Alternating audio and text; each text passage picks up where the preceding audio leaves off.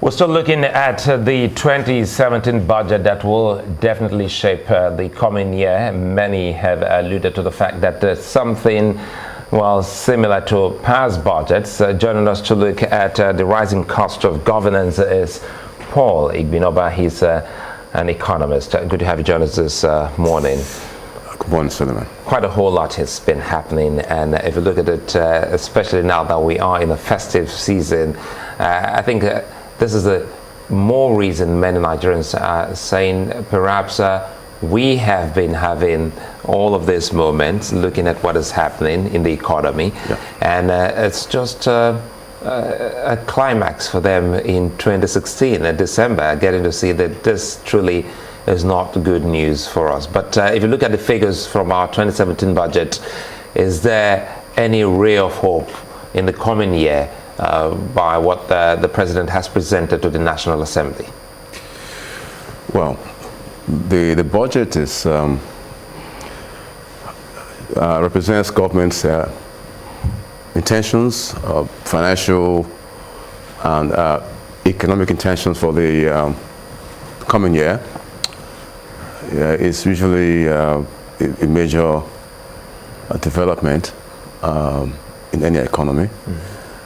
And but I want to start by saying that beyond the figures, you know, we're all talking about the figure 7.3, 7.298, 7.3 billion trillion naira and all that. It's about beyond the figures. A national budget is not just a financial statement of proposed expenditure profile vis-a-vis expected income and all that. It is beyond that. It's actually much more than that. It is also, people expect to see the policy framework, you know, because the private sector in particular look forward to the policy package that will ginger them to, you know, more positive by investing, that will improve their outlook, looking forward to opportunities to invest and to do business. You know, and the same, of course, with consumers and other stakeholders. One of the key problems I find with this budget is that there's an undue emphasis on the financial content, and very little consideration is being put, you know, on the policy aspect. Indeed, the policy aspect is really so inadequate. It's really hardly there at all, you know. And if you look at the previous year's budget as well, if you read the 2016 budget breakdown and all that, you discover that there's a very little difference between last year and this year's budget, the content in terms of policy and all that, and the proposed 2017 budget. What were you hoping to see? See, throughout the year, people have been talking about the need for policy. One key aspect of this government is that they fought shy in coming to terms with economic policies that can transform the economy. It is good for government to spend money. That's important. But more than that is creating the enabling environment for investors to come and invest, and for people to want to do business. And that is still quite lacking. That is still quite lacking. You know, I think it's rather characteristic of this government that it is not so willing to address policy issues. You know, there are those who will argue with you, because the government, when you hear the government talk, they'll tell you they have policies put in place, they are meeting with different stakeholders to ensure that those policies are streamlined and then they are implemented. That's what they will tell you. But what exactly is it that you're finding wrong with the policies they say they have, and then the ones you say they don't have? Is it a question of different types of policies, or the way they want to run the policy, or there is none at all? Now, for example, now you discover that throughout the year, investors, local, international, foreign direct investment, you know, FDI, you know, investors, portfolio investors, been clamoring for example, for a liberalized foreign exchange market regime. We just did it halfway. There's a need to liberalize the foreign exchange market and make it largely, almost entirely free. Okay, that's very key. That's a very key aspect. Of course, government talked about there'll be coordination between fiscal, monetary, and trade and exchange policies. But the same thing was said last year. I mean, the same was said in this current budget, but we saw very little happening.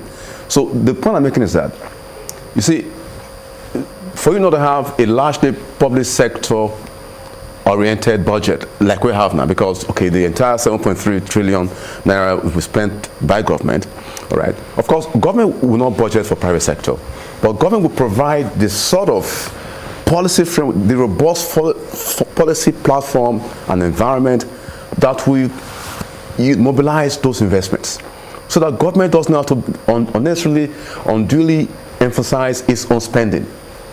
Because let's face it, 7.3 trillion is just like a drop in the ocean, all right, compared to the volume of, the quantum of money we need to spend. Of course, yes, you talk about spending away out of recession.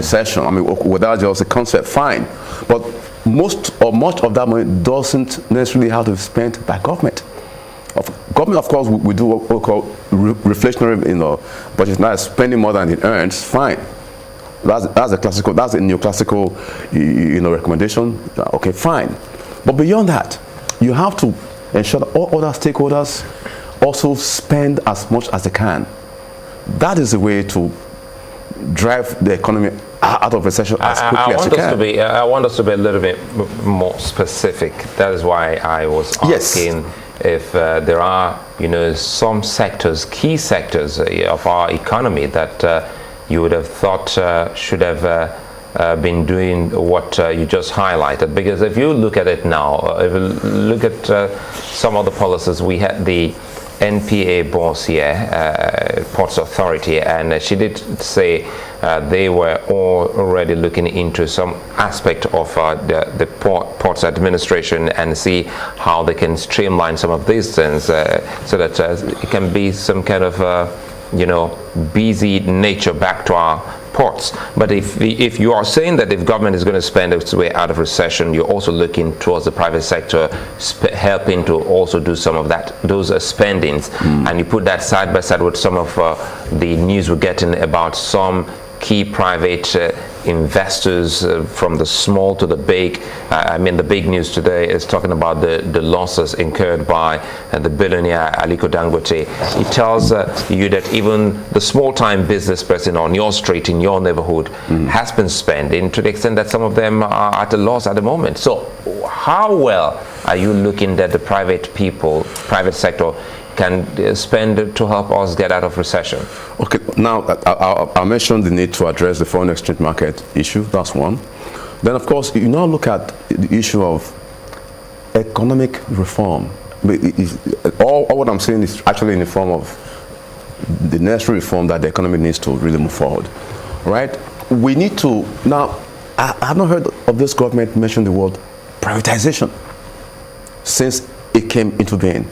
Evidently, the Buhari administration is not keen to privatize, or is a bit lukewarm about it. That does not send the right signal. Okay? Because we need to privatize, we need to liberalize, we need to decentralize, we need to deregulate. Now, for example, let's take the power sector. You discover that, you remember that in August 2010, the former regime of President Jonathan came out with a power sector roadmap that was so strategic and so transformative, because that led to the eventual privatization of the power sector. Now, that was strategic. Now, but right here now, we have, in the past 18 months, we've not heard of anything like any comprehensive plan for the power sector. All you hear about is incrementalism, all right? Trying to fix this sector, fix some power plants there, some transmission plants there, and all that. to be fair to the Minister of Power, Works and Housing, he's been doing a fantastic job. But incrementalism is not the way forward. We need a comprehensive policy, and that policy should be anchored on privatization. For example, there are 10 plants in the Niger Delta, as the IPP plants, 10 new plants. Many of them are stranded right now. Some of them have not been fully completed. Others don't have, gas supply. Meanwhile, in late 2014, the immediate past regime did a roadshow as part of the plans to privatize those 10 power plants. Those 10 power plants have almost 3,500 megawatts. 3,500. That's a quantum. That's almost like what we currently are producing. Government has no business keeping those plants.